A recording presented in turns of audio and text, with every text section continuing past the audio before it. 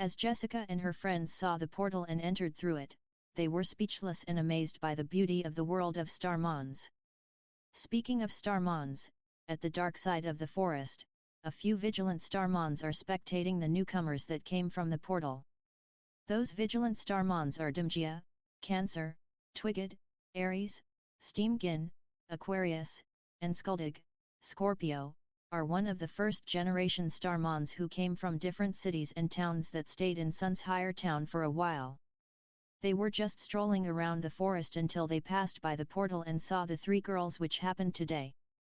As they are about to ask them, but then suddenly, someone comes behind them and they've been mind-controlled by one of Ophiuchus Starmons named Count Rabat, Ophiuchus, which he was ordered by Velud, Ophiuchus. Count Rabat and Velud are one of Ophiuchus' first Ophiuchus Starmons. Besides Oriki and Scare Ripper, they have a plan that might succeed to fulfill the Ophiuchus revenge against Nudid and the other Starmons along with the Star Princesses. Velud suddenly saw new humans which are not Lizzie or Felicia, as they are three of them. He ordered Count Rabat to order his newly controlled henchmen to get rid of those humans. Rika and Marina had no idea where they were after they got through the portal, but as for Jessica, she just took some pictures with her cell phone, as she will bring some to the human world about Caesar, which Zack told them about Starmons and their world since yesterday. As she was still picturing, Jessica and her friends were surrounded by Steamgin's smokescreen. They can't see through the smoke as they feel someone is trying to cut them. As the smoke cleared, most of the clothes were cut to shred and Jessica felt undignified as her favorite dress was cut to shred and slightly exposed her bloomers, while Rika and Marina's panties almost exposed. Dimgia tried to kill them, but because of his lack of marksmanship, he couldn't use an aim with his shadow shuriken properly. They are stunned as they have been humiliated themselves from their embarrassment. They suddenly got binded by Twigid's root bind and Count Rabat is about to control them with his hypno-control, but suddenly, he got punched on the face. It was Nudid along with Torto, Pensplash and Bloingia have arrived to sort the situation out. They were surprised that there was another Ophiuchus Starmons that came to cause trouble once again, but both Velud and Count Rabat are unusually different from Oriki and the others. Velud revealed to them that they are one of the first new blood-type Starmons in Caesar. They had no idea what they are, but they're still their enemies no matter what they are or who they are. Torto and Pensplash Warp evolved to Scourtle and Pentid, and attempted to beat Count Rabat until he evolved to Batrol and used hypno-control on Scourtle and Pentid instead of the girls. As they are under his control, he ordered Twigid, Dimgia, and Steamgin to Warp evolve to their next form to fight alongside Scourtle and Pentid against Nudid. Twigid evolved to Timberon, Dimgia evolved to Shadengia, and Steamgin evolved to Pensmoke. Now all five of Nudid's friends were under Batrol's control. Nudid has no idea what to do as he doesn't want to hurt his friends, so he has to think of another way to beat Velud and Batrol without hurting his friends, but first he need to take Jessica and her friends away from them and take them to Sunshire Town, for now. After all, Nudid can't just leave them even though he doesn't know them.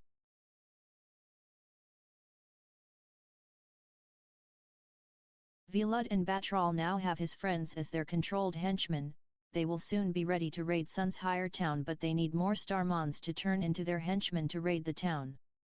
At Pueblonia Town, Skarloey was about to head back to Sunshire Town when he saw someone he was very familiar with. It was Calco, Cyburn, and Disket. Back at Sunshire Town, Mary and Cotofer are comforting Rika and Marina except Jessica because she feels uncomfortable with the strangers she never knew. Her friends wouldn't because they are nice.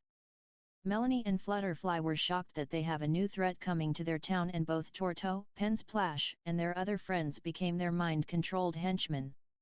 Nudid had no idea what to do, so he told them to stay inside just to be safe and told them to stay alert. At Sunshire Forest, Leah along with Zack have arrived a little late. Zack was amazed, then suddenly he was pulled down by Leah as she saw someone coming past by them. As Nudid was about to ask Bloingia what to do, and when he opened the door, Skarloey just arrived and was about to knock on the door. Quite a coincidence, don't you think?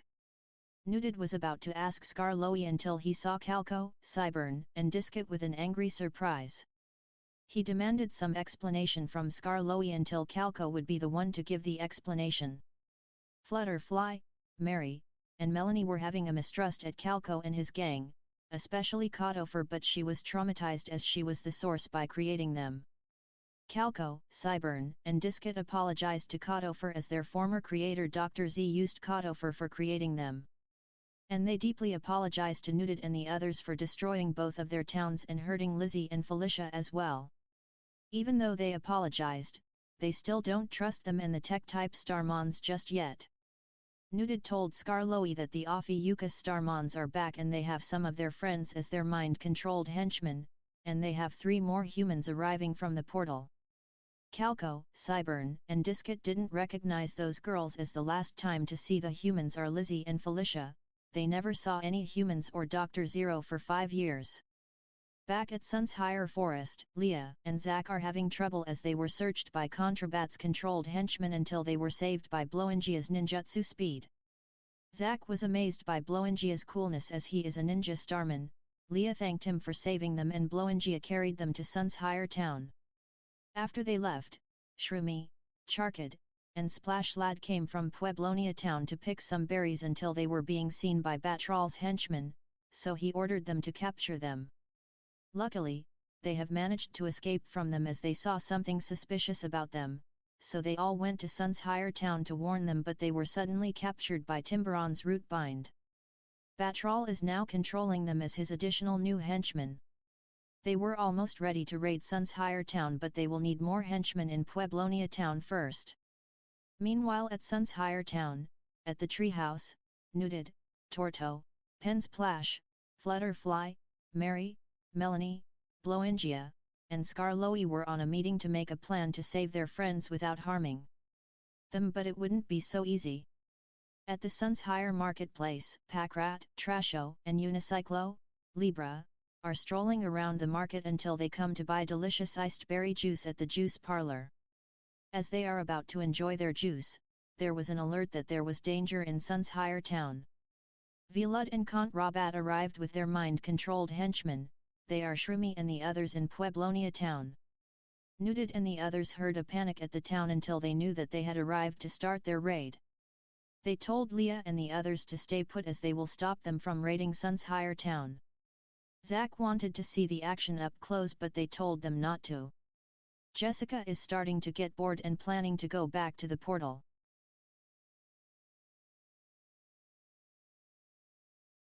Sunshire Town is now being raided by the new threat that controls their friends from Pueblonia Town to fight against their own friends. Packrat, Trasho, and Unicyclo are just enjoying their beverages until there's an attack, so they have to put their drinks aside and Warp evolve to join the fight to defend their beloved town. Packrat evolved to Smackrat, Trasho evolved to Gabragoon, and Unicyclo evolved to Bicyclo. Nudid and his other friends already Warp evolved to their second forms, and they're now in a standoff between them against their foes along with their mind-controlled friends. They are outnumbered and still had no idea how to get them back and without hurting them, so they will try their best to focus to fight Vilud and Batrol, but it was easier said than done. Flutterfly, Mary and Melanie hadn't learned to Warp evolve yet, so they have to fight in their basic forms. Then Smackrat, Gabragoon, and Bicyclo came to help them out. Not just them, Calnumber, Blasborg, and Disker came to help them as well, despite that they still didn't trust them yet. So they just ignore them while they try to fight Vilud and Batrol without hurting their friends, but they still have no idea how yet. Batrol ordered his henchmen to attack them, and some of them are protecting Vilud and him. As they try to get close to them, Shroomy and his friends are intervening their way, and they hesitate to hurt their friends that Count Rabat controls them. No matter how hard they tried, they couldn't reach them without harming them, but not to Calnumber, Blasborg, and Disker.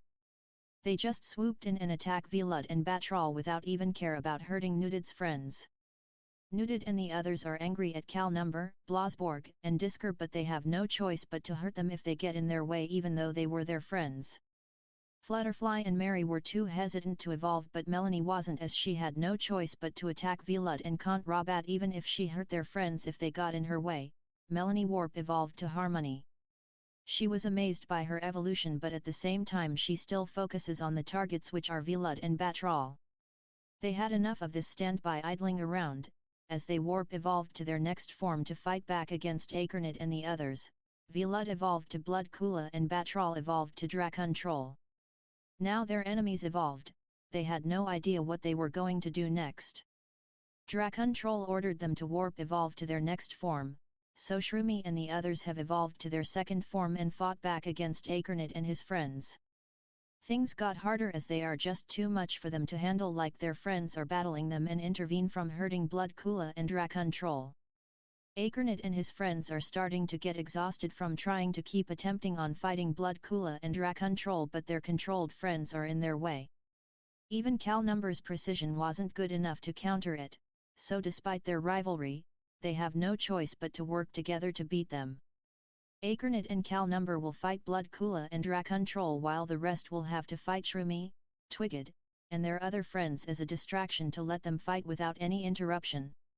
As all of their friends are now counting on Acornid and Calnumber to defeat Blood Kula and Dracontrol, will they ever triumph to protect their home?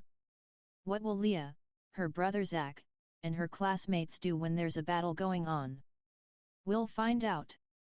At the castle in Galamore City, far away from Sunshire Town, Althena saw the commotion in her magic mirror. Will she help them or let them fight their own battle? From outer space, an unknown figure is zooming its way to Caesar. What kind of Starmon is that, or was it